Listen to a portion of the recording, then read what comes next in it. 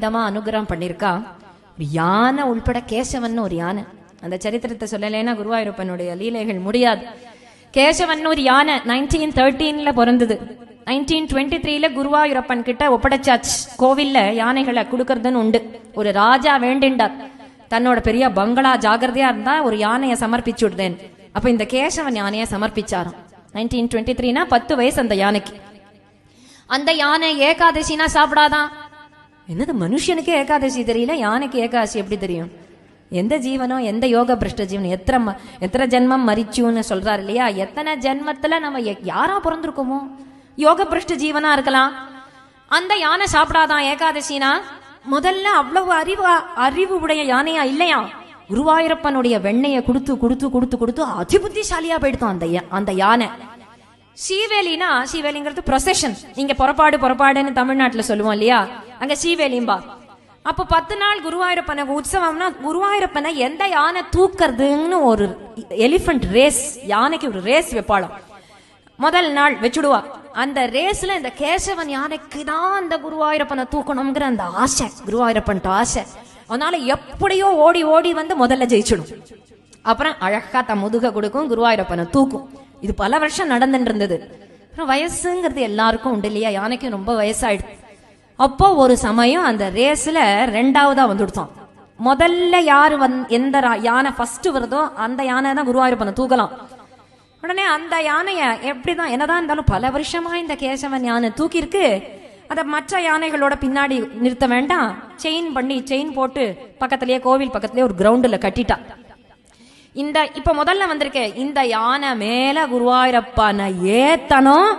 அந்த செயினை அறுத்துண்டு இந்த கேசவன் யானை ஓடி வந்து தன் முதுக அப்படி காமிச்சுதான்.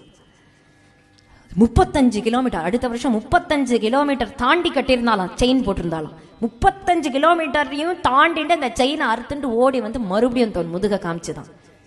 நீ வாளுக்கு ஒன்னும் புரியல. கோவில்காராளுக்கு மெனக்கட்டு ஒரு ரேஸ்ன்னு வச்சு ஒரு யானை முதல்ல வந்திருக்கே, அப்ப அந்த யானை என்ன பண்றது? அப்பதான் தேவ பிரஷ்னம்னு ஒண்ணு போட்டு பார்த்தா. போடும்போது வந்துதான் பிரஷ்னம் போடும்போது, இந்த கேசவன் யானை உயிரோட இருக்கிற வரைக்கும் குருவாயூரப்பனை கேசவன் யானை தான் தூக்கணும் அப்படின்னு அந்த பிரச்சனத்துல வந்தது. கடைசியா சாக போறது அந்த யானை 1976 நினைக்கிறேன். அப்போ அந்த யானை சாக போற அந்த தருவாயிலையும் அந்த யானைக்கு குருவாயூரப்பனை தூக்கிடணும். ஏகாதசி வரப்போறது நவமி. இது தூக்கணும்னு இவாளுக்கெல்லாம் கோவில்காராளுக்கு பயம். யானை வந்து கோவிலுக்குள்ள போயிடுத்துன்னா அப்புறம் அசுச்சி ஆயிடும், அப்புறம் முதல்ல இருந்து கும்பாபிஷேகத்துல இருந்து பண்ணணும். அதனால இவாளுக்கு பயம்.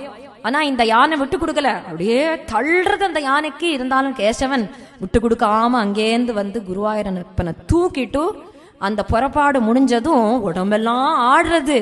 அதுக்கே தெரிஞ்சுடுத்து போறோம்னு.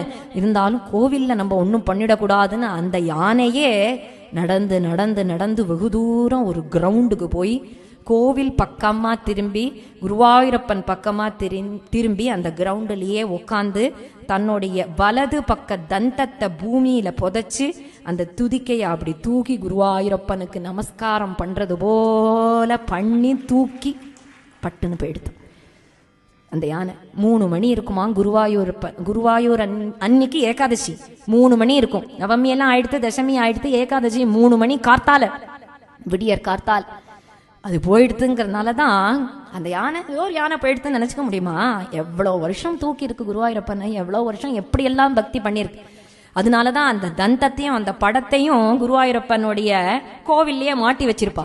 கேசவன் யானையோடைய படமும் தந்தமும். அது மட்டும் இல்ல, லைஃப் சைஸ் ஸ்டாச்சுவே அது எந்த இடத்துல போயிடுதோ அந்த இடத்துல லைஃப் சைஸ் ஸ்டாச்சு உண்டு. ஒவ்வொரு வருஷமும் அது போன நாளைக்கு ஒரு பெரிய யானை ப்ரொசெஷன் வந்து ஒரு யானை அதுலேருந்து அந்த கேசவன் யானைக்கு மாலை போடுமா. எல்லாரையும் மதிக்கணும் இல்லையா? அது யானை தானே நினைக்க முடியுமா? மனுஷனா இருந்தாலும் அவன் பகவத் பக்தி பண்ணலைன்னா புழுக்கு சமம். புழுவா இருந்தாலும் பக்தி பண்ணிடுத்துனா அது வேட்சேம். அது போல எல்லா கதையும் கல்யாணத்தோட முடியும். ஸ்ரீரங்கம்னா ஆண்டாள் கல்யாணம், பிருந்தாவனம்னா மீரா, பண்டரிபுரம்னா ஜனாபாய்,